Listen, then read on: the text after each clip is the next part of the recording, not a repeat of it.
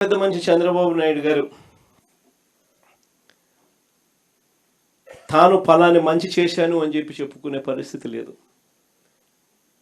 నోరు తెరిస్తే అబద్ధాలు తప్ప ఆయన నోట్లో నుంచి ఏవి కూడా ప్రజలకి 2 సంవత్సరాలలో ఫలాన్ని మంచి నేను చేశాను అని చెప్పి చెప్పుకునే పరిస్థితి లేదు.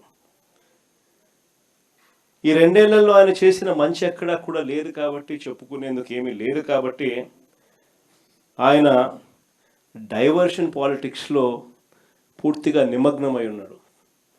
ఏ అంశమైనా కూడా డైవర్ట్ చేయాలి, ఏ అంశమైనా కూడా ప్రజలను ఈ టాపిక్ నుంచి ఈ టాపిక్లోకి మభ్యపెట్టాలనే ఆలోచనతోనే, దిక్కుమాలిన ఆలోచనలతోనే అడుగులు పడ్డాయి.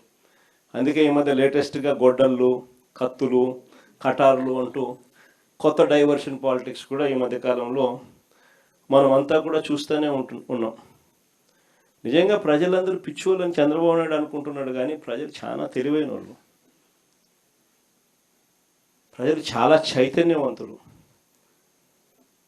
నిజంగా రాష్ట్రంలో ఏ ప్రాంతమైనా బాగుపడిందన్నా, రాష్ట్రంలో నిజంగా ఎక్కడైనా అభివృద్ధి జరిగిందన్నా, నిజంగా రాష్ట్రంలో ఎక్కడైనా పేదవాడికి 4 ఏళ్ళు నోట్లోకి వెళ్ళాయి అన్నా, ఒక రైతు బాగుపడ్డాడన్నా, ఒక అక్క చెల్లెమ్మ బాగుపడిద్దన్నా, ఒక పిల్లాడు చదువుల విషయంలో బాగుపడినాడన్నా, ఇవన్నీ ఎక్కడైనా జరిగాయి అని అంటే ఒక నాన్నగారి పాలనలోనే జరిగాయి.